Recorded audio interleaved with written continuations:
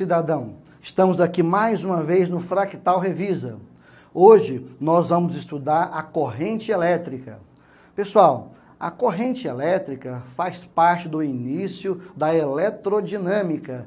A eletrodinâmica é a parte da eletricidade que estuda os fenômenos elétricos com cargas em movimento. E o primeiro conceito que nós definimos para isso é a corrente elétrica. Vem esse conceito da ideia de correnteza, desde fluido, né? Da fluidodinâmica, da correnteza da água, como antigamente pensava que a eletricidade se definia também nesses preceitos dos fluidos, como o fluido da água, tá? Então, a corrente elétrica é um movimento direcionado de cargas elétricas, tá? Devido a uma diferença de potencial. Vamos ao quadro. Olha, corrente elétrica, então, é um movimento direcionado, então aqui não é um movimento qualquer, tá? De portadores de cargas. Lembrando que esses portadores de cargas são os elétrons livres. Se eu pegar lá num átomo, né, a camada de valência, ali eu vou ter, né, os elétrons livres para formar ali o octeto, né?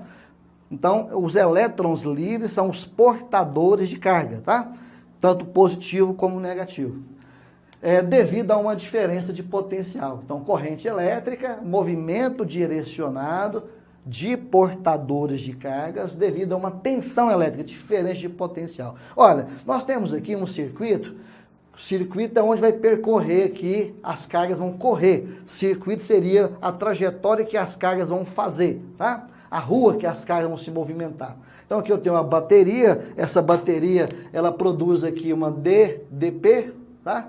Nesse caso aqui tem uma chave, aquela chave do interruptor da tomada, que liga e desliga a lâmpada, tá? Aqui a chave está aberta, ou seja, a lâmpada está apagada, porque a DDP aqui ela é igual a zero, a DDP aqui é igual a zero, não tem DDP. Não tem DDP porque a lâmpada aqui, ó, não vai acender porque a chave está aberta. Então a corrente elétrica aqui é igual a zero, não tem corrente. Não tem corrente porque não tem DDP, porque a chave está aberta. Quando fechar a chave, vai fechar o circuito, aí aqui a DDP vai ser diferente de zero. Então aqui a bateria tem um polo negativo e um polo positivo, tá? E aí vai ter uma corrente elétrica aqui, ó. O I já não vai ser zero mais. Olha, quando a corrente é zero, vamos ver o que acontece lá no fio condutor, aonde os portadores de carga vão se movimentar. Se eu der um zoom aqui, ó, vamos pegar uma lupa aqui e dar uma ampliada aqui. Se eu ampliar o fio, eu vou perceber que os portadores de cargas, na situação em que a chave é aberta, a DDP é igual a zero, os portadores estão em movimento desordenado, sem direção alguma. Então aqui a gente fala que não tem corrente elétrica. Isso até porque diz também que o campo elétrico aqui é zero. Não tem campo elétrico. Quando fecha a chave, estabelece a DDP, aqui vai ter uma DDP, vai aparecer instantaneamente, ou na velocidade da luz, né, quase instantaneamente, vai aparecer aqui um campo elétrico. Aquele campo elétrico que era zero, agora que vai existir um campo elétrico diferente de zero. Esse campo elétrico vai induzir os portadores de carga a se movimentar direcionado.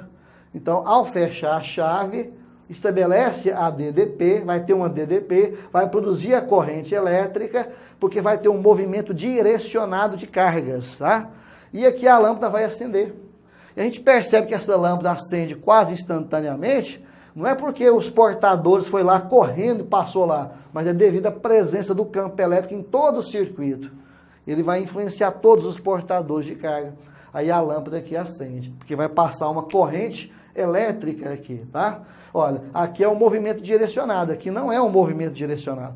Então, é esse movimento que produz corrente elétrica e faz acender a lâmpada, por exemplo. Olha, é importante aqui, pessoal, nós temos movimento direcionado, chamado movimento do sentido real, e movimento direcionado, chamado sentido convencional. O sentido real, os portadores de cargas positiva vai do polo positivo para o polo negativo, do maior potencial para o menor potencial. Os portadores de cargas negativas vai do polo negativo para o positivo, do menor para o maior. Isso aqui é sentido real, o que acontece nos condutores sólidos, nos fios condutores. Tá? Já o sentido convencional é o contrário. Os portadores positivos é do menor para o maior e os negativos do maior para o menor. Lembrando que nos fios condutores, nos condutores sólidos, quem se movimenta são os portadores de cargas negativas. Nos fluidos, né, aí tem ambos os movimentos, tanto dos portadores positivos como dos negativos, tá certo? Olha, e nós podemos estabelecer aqui uma fórmula para isso aqui. O que o cientista pensou? Se eu analisar aqui, ó, uma área de secção transversal, se eu pegar aqui uma área de secção transversal, olha, vou pegar aqui uma área de secção transversal, eu vou contabilizar quantos portadores de cargas vão passar aqui por segundo. Aí nós temos aqui a fórmula, ó. A fórmula é o seguinte, o I, que é a intensidade de corrente elétrica, medido em amperes, tá? Medido em amperes. O Q é a quantidade de carga medida em coulomb. E o delta T, intervalo de tempo medido em segundos. Então, o I vai ser a quantidade de cargas por segundo que vai passar aqui no fio condutor, nessa área de secção transversal. Então, a equação fica I igual a Q delta T. Como esse Q, nós já aprendemos, vale N vezes E, onde esse N é o número de elétrons livres, o número de portadores de cargas, tá? Eu também posso calcular I igual a N vezes E sobre delta T. A unidade de corrente é o ampere. Olha, 1 ampere vale 1 coulomb por segundo. 1 ampere vale 1 coulomb por segundo. Então, 10 amperes, 10 coulombs de carga por segundo, tá? Olha, nós temos o gráfico da corrente pelo tempo, e esse gráfico aqui, eu posso tirar aqui a quantidade de carga. Por exemplo, se eu rachurar, se eu sombrear esse gráfico até a horizontal, eu vou obter aqui uma figura geométrica. Nesse desenho que eu fiz, eu obtive aqui um triângulo. Mas vai ser sempre triângulo? Não. Pode ser trapézio, pode ser retângulo, qualquer figura geométrica. E a área dessa figura vai me dar aqui a quantidade de carga, que me possibilita calcular uma corrente média. E barra seria a corrente média de um circuito elétrico. Ah, pessoal? Vamos fazer um exercício? Exercício 4.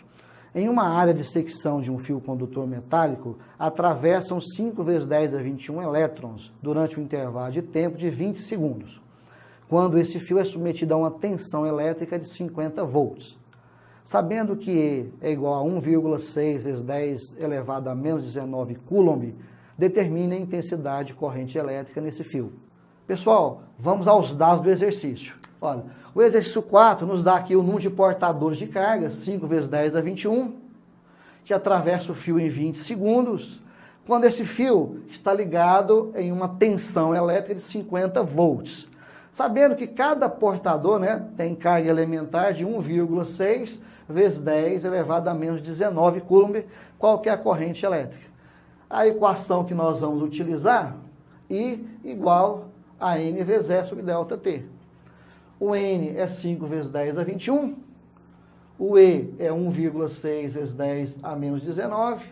Quando eu pego 5 vezes 1,6 dá 8, 10 a 21 com 10 a menos 19 é 2, 10 a 2 é 100, vezes 8, 800. 800 dividido por 20, posso cancelar o zero, 80 por 2, 40. Corrente elétrica, 40 amperes. Tá certo, pessoal? Exercício 9. A intensidade da corrente elétrica de um condutor metálico varia com o tempo de acordo com o gráfico abaixo. Sendo a carga elementar igual a 1,6 vezes 10 a menos 19 coulomb, determine. Letra A carga elétrica que atravessa a secção do condutor entre 0 e 8 segundos. O número de elétrons que atravessa uma secção do condutor durante esse mesmo tempo. Pessoal, vamos aos dados do exercício? Então, nós temos aqui o gráfico que o exercício nos forneceu. Aqui a corrente está em miliamperes, que equivale a 10 a menos 3 amperes, esse mili aqui, 64, aqui 0, tá?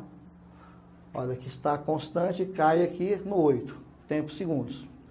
Nós vimos que se eu pegar a área da figura, se eu rachurar isso aqui, ó, se eu rachurar, vai formar uma figura geométrica. Que figura geométrica formou aqui? Formou um trapézio, onde eu tenho aqui dois lados paralelos, aqui seria a base maior, aqui a base menor, e aqui eu tenho a altura, ó, a altura. Tá? A base maior é 8, a base menor é de 4 para 2, é 2, né? Ó, a base menor aqui é 2, tá? A altura é 64. Então a carga que ele pede vai ser igual à área, que é base maior mais base menor, vezes a altura sobre 2. Base maior 8, base menor 2, a altura 64. Tá? Ao fazer as contas, 8 mais 2 dá 10, e 64 por 2, eu posso simplificar, dá 32. 10 vezes 32 dá 320. Não posso esquecer do mili, dá 320 milicoulombs. Olha, aqui não está miliamperes, então aqui dá 320 milicoulombs. Que é só dividir aqui por 1000, que dá 0,32 coulombs, tá? Então, nós achamos aqui a letra A, 320 milicoulombs, ou 0,32 coulombs. A letra B, ele pediu o número de portadores de cargas, o número de elétrons livres. Tá? Se eu pegar Q igual a N vezes zero, olha, vou isolar o N, vou passar o E dividindo, N vai ser Q sobre E. O Q é 0,32, que vai ser 3,2 vezes 10 a menos 1, tá? E o E é 1,6 vezes 10 a menos 19. Se eu faço a divisão 3,2 por 1,6 dá 2. 10 a menos 1 com 10 a menos 19 dá 10 a 18. Então, o número de portadores de cargas é 2 vezes 10 a 18. Tá certo, pessoal?